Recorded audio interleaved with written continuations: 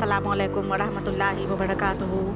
मैं हूँ मुसन्निफ़ा शमा परवीन मरियम और आप देख रहे हैं मेरे तिलिस्मी जिन्नाती नावल का 32वां एपिसोड परछाई। तो चलिए देखते हैं क्या बागी क्या होता है। जिन्नात शहंशाह शहरयार ने उसे खामोश देखकर पूछा, तो क्या तुमने उस रात होने वाले उस हादसे का पता नहीं लगाया? उसने कहा, जी शहंशाह, मैंने जैसे ही देखा कि उसका बन्नू सबको अपने अंदर खींच लिया है तो मैं वहाँ से फ़ौरन दौड़ता हुआ अपनी हवेली की तरफ आया और अपने बेटे को गोद में ले लिया और अपने सभी खादिमों और उस दाई और हकीम को बुलवाया और वो सारा वाक़या बताया जो कि कुछ देर पहले पेश आया था।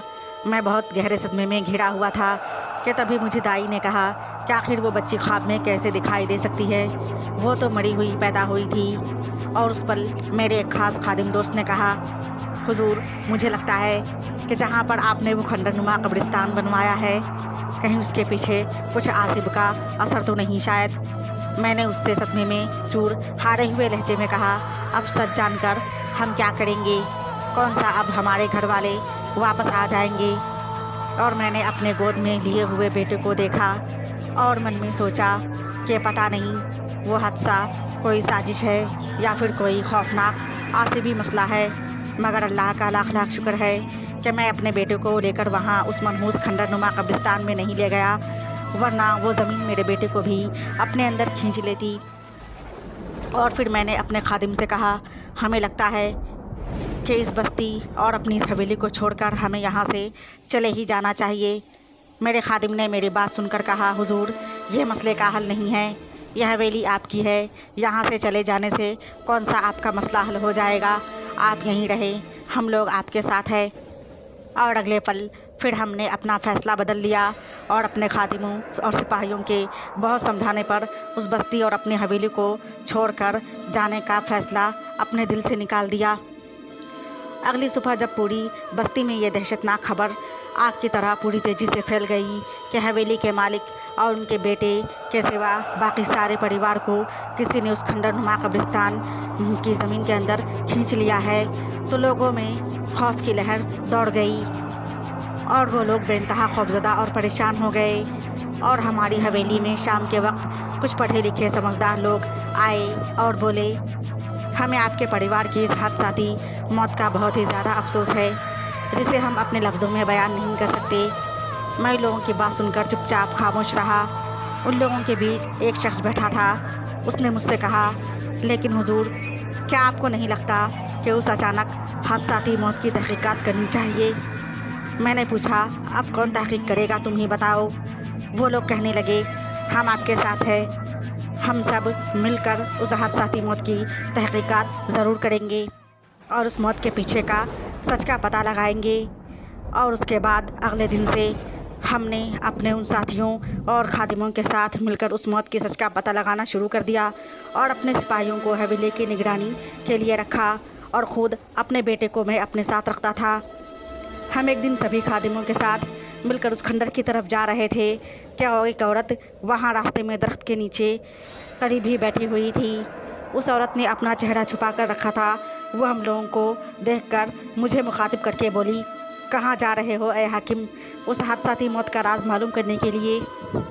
और हम सभी लोग उस औरत की बात सुनकर वहीं रुक गए और एक दूसरे को देखने लगे। मेरे एक साथी ने इशारा किया कि चलिए एक बार इस औरत की बात सुन लेते हैं, शायद वो कुछ बताना चाह रही है। और हमने उससे पूछा, ए अनजान औरत, तुझे कैसे पता चला कि हम अपने परिवार की उस अचानक हादसाती मौत का राज मालूम करने के लिए जा रहे हैं? उस औरत ने हंसते हुए कहा, ए बेवकूफ़ हाकिम, मुझे क्या नहीं मालूम है, तुझे क्या पता मेरे इल्म के बारे में? उसकी बात सुनकर हमारे सभी साथियों और खादिमों ने उसे चौंक कर देखा और पूछा, ए औरत, कौन है तू? उस औरत ने अपने चारों तरफ इशारा करके कहा, क्या तुझे ये सब देखकर समझ में नहीं आ रहा कि मैं कौन हूँ? और हमने उसके इशारे पर उसके चारों तरफ देखा कि उसके चारों तरफ बेइंतहा तस्बीह के दाने बिखरे हुए थे और अगरबत्तियाँ रखी हुई थी। शायद वो कोई अमल कर रही थी और वो अपना चेहरा छुपाए हुए थी। हम लोग फिर भी अच्छी तरह नहीं समझ पाए कि वो हम लोगों को क्या समझाना चाह रही है। हमने उस औरत से कहा, तुम खुद ही बता दो कि तुम कौन हो। उस औरत ने कहा, ऐ हाकिम सुनो, मेरे पास एक ऐसा इल्म है जिससे लोगों के बारे में उसके हालात बखूबी पता कर लेती हूँ। और तू ही बता ऐ हाकिम, क्या ये सच नहीं कि तेरी बीवी ने ख्वाब में अपनी बेटी को देखा? और क्या ये सच नहीं कि तेरी वो बच्ची ख्वाब में तेरी बीवी को कह रही थी कि माँ मैं ज़िंदा हूँ, मुझे बाहर निकालो? मैं इस औरत की बात सुनकर बड़ी हैरत में पड़ गया और बोला, हाँ ये सारी बात तो तुम बिल्कुल सही बता रही हो। मेरे खादिम और सभी साथी मुझे देखने लगे और फिर मैं उसके करीब जाकर उसके पास ही बैठ गया और उससे पूछा, तो क्या तुम मुझे बता सकती हो कि मेरे घर वालों की अचानक मौत क्यों और कैसे हुई? उस औरत ने तंजिया मुस्कुराहट से कहा, ए बेवकूफ़ हाकिम, तुझे क्या अब भी समझ में नहीं आया? सीधी सी बात है कि तुम्हारी बच्ची ने धोखे से बुलाया तुम्हारे घर वालों को और अपने साथ सभी को अंदर खींच लिया।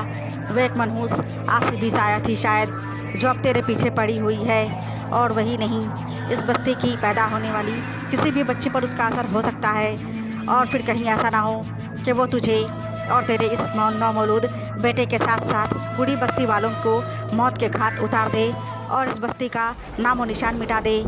ये सब सुनकर मैं गुस्से और जलाल में खड़ा हुआ और वहीं से वापस अपनी हवेली की तरफ लौट गया और अपने खादिमों और साथियों को हुक्म दिया कि अब हमारी इस हुकूमत में और इस पूरी बस्ती में किसी की बेटी पैदा नहीं होनी चाहिए। और बस्ती में ऐलान करवा दिया कि जिस किसी की भी बेटी पैदा होगी तो उस बेटी के साथ साथ उस बेटी को जन्म देने वाली औरत को भी उसी तरह ज़मीन में दफन कर दिया जाएगा या फिर दीवारों में चुनवा दिया जाएगा। गांव वालों में ये ऐलान से खौफ की एक लहर दौड़ गई, मगर मुझे इस बात से कोई फ़र्क नहीं पड़ा। और फिर उस वक्त से ये सिलसिला चलता रहा। अपने वाक़े को सुनाकर वो खामोश हो गया और जिन्नात शहंशाह शहरयार को देखने लगा। और शहंशाह शहरयार को इतना समझ में आ गया कि वो उसके वाक़े का एक एक बताया हुआ लफ्ज़ सच था। उसने वज़ीर शाहज़ुमान और फिर दुर्वेश अज़ीज़ बख्तियार को देखा और उससे पूछा, दुर्वेश अज़ीज़ साहब, आपको क्या लगता है? उस दुर्वेश अज़ीज़ बख्तियार ने कहा, शहंशाह, इस पूरे वाक़े को सुनने के बाद मुझे लगता है कि असल कसूरवार तो वो है जिसने नामौलूद बेटियों के ख़िलाफ़ जहर भर दिया। मोमिना बेगम और आसिया बेगम दोनों एक दूसरे को देखने लगी। दुर्वेश अज़ीज़ बख्तियार ने कहा, शहंशाह, हम चाहते हैं कि सबसे पहले इसकी बेटी को वहाँ से बचा कर लाना होगा जिसे लोग समझ रहे हैं कि वो मर चुकी है। और उसके लिए हमें और आपको उस खंडर नुमा कब्रिस्तान की तह तक पहुँचना होगा। और उस शख्स के साथ साथ शहंशाह शहरयार और महल के सारे लोग चौंक गए कि क्या वाकई उसकी बेटी ज़िंदा है? तो क्या वो दुर्वेश अज़ीज़ बख्तियार और शहंशाह शहरयार उसकी बेटी को सही सलामत वापस ला पाएगा? और किसने भरा उसके मन में बेटियों के ख़िलाफ़ जहर? ये सब कहानी में या फिर कोई नया मोड़ आएगा? ये जानने के लिए देखिए नेक्स्ट एपिसोड नेक्स्ट टाइम। तब तक के लिए अल्लाह हाफ़िज़, शुक्रिया।